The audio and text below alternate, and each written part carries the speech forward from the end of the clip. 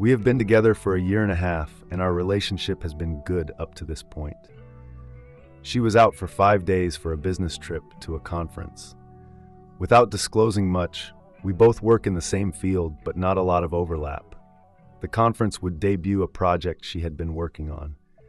I did not go because of my own work, but she went with her coworkers on the project, and everyone seemed to have a great time. I picked her up from the airport 2 nights ago, and when I went in for a hug and kiss, she didn't return it and just went to grab her luggage. The whole ride home, she was basically catatonic. She didn't want to talk much and would either ignore me, give a delayed, short answer, or be very short with me. The only thing I could get when I asked what's wrong was I'm tired. When we got home, I reheated some food for her while she was in the shower. After the shower, she took her bowl, but dropped it on the way to the table and immediately started crying. I tried to comfort her and give her mine, but she angrily said she wasn't hungry and was going to bed and went to our bedroom, where she ripped the blankets and her pillow off of the bed, brought them into her office to the bed she uses for naps, and closed the door. She hasn't really left her office since. We are now on day 2, but I do see she is coming out of her office for food. I've sent texts asking to talk, but she hasn't responded. The door is locked, but if I knock, she will say she's okay but napping. She won't talk to me, and I don't really know what's wrong. Obviously, something major happened. I checked social media, but everyone was smiles online. I spoke to my friend who went with her. He worked with her on the project and asked how it all went that first night. He felt the trip went well, and everyone had a good time. I inquired more about GF after, and he did tell me there was a part of the trip about halfway through where she started crying over lunch, but he didn't have any other details. I don't really think she is cheating, but I also don't know what could cause this. Any help? Comments, MC Susie, we cannot guess at this. You are going to have to talk with her. She may be sick, she may be pregnant, she may have been assaulted, she may have cheated, she may have learned something about you while she was gone that has made her very angry. There are more things that might have happened, but those are my top 5. Ronnie or B 1963-100 agree with this. Please post an update when you learn more. OOP, I'm pretty certain she isn't pregnant because it's unlikely she can be. She doesn't seem like the cheating type, and my friend was with her every day and nothing seemed to stick out. I don't know if she learned something or not, but I am kind of scared that maybe she is sick or hurt in some way. I'll try again to reach her after work, but she is refusing to talk right now. Comparison Flashy 8522, your friend may have been the one who assaulted her. Phoenix Corn. Yeah, this happened to me. It was my best friend's fiance at an academic conference just drugged me, didn't actually get to sexually assaulted me. I was honestly a mess for years after from the fallout. Trisha Sef, we can't possibly know what happened. Something happened. You deserve an answer.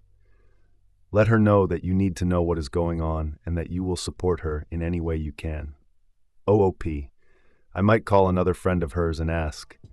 Devoted Red, if something bad did happen to her, reaching out to her coworkers and letting them know that something is wrong might not be the best thing to do. Stick to someone close to her rather than those who were at the conference. Restless Dragon, stop calling other people. If she was assaulted, you are spreading her private info all over the place. Talk to her. Update 4 days later.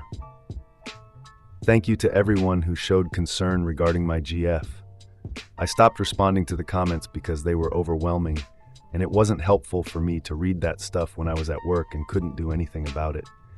I've been pretty slammed with work, and the demands for updates in the comments and inbox have also been overwhelming. With so many people assuming an assault and asking for details, it felt voyeuristic, where people wanted a window into my GF's suffering. That disturbed both of us. Ultimately, I decided to update because there was no cheating or assault at all, despite almost everyone thinking it was definitely one of the 2 cases. I'll give my GF the name Lily, our friend who was on the trip, Jake, and her close friend and roommate on the trip, Jane, for ease. I called Jane despite people saying no and asked about the trip. Jane remarked that Lily was very tired and wouldn't talk much outside of the days on the business trip, and that was consistent from day one. I asked if she felt like something happened. She said no. I asked if she felt like Jake might have done something. She said absolutely not. When I came back from work, I saw signs Lily was more functional, as she had done some cleaning. I took the chance to ask if she wanted food. She agreed. We ate a meal, and I broached the subject. The missing piece to the puzzle is that Lily has ADHD. This was an important fact, but one I forget, as she manages it well. I tend to think of what are symptoms more as cute GF quirks, because a lot of general ADHD behaviors she mitigates, like forgetfulness. What happened on the trip is that to save money, she shared a room with Jane, which she has done on short bursts but never for such long of a trip. As I mentioned, it was a business trip, so although Lily had a lot of fun, she was working both physically and socially for up to 20 hours at a time. She had nowhere to go and reset at the end of this. She had enough emotional gas to come home, but she had some flight delay issues at a very busy airport, and by the time she came home, she couldn't make it. She also felt like my asking of her trip in the car was like an interrogation because of her mental state. Her ADHD has never come like this because she manages it well and hasn't been in this environment in a long time. We decided that from now on, she should have her hotel room by herself or with me, regardless of the cost. I also agreed to not ask any questions when I pick her up from her flight, and she will instead tell me what she wants. If not, I will ask another day. We came up with some other plans so that I know how she is when she comes home. Saturday night we went to an event. She had fun, but crashed immediately at home. It was more on the scale I am used to after a 3-day trip. She has cleared her schedule for the next week to recuperate. Edit.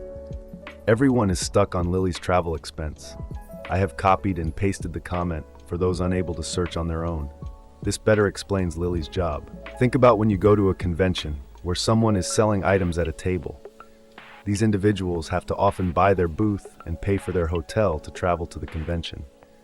I use the term business trip because for Lily, Jake, and Jane, this is a business trip.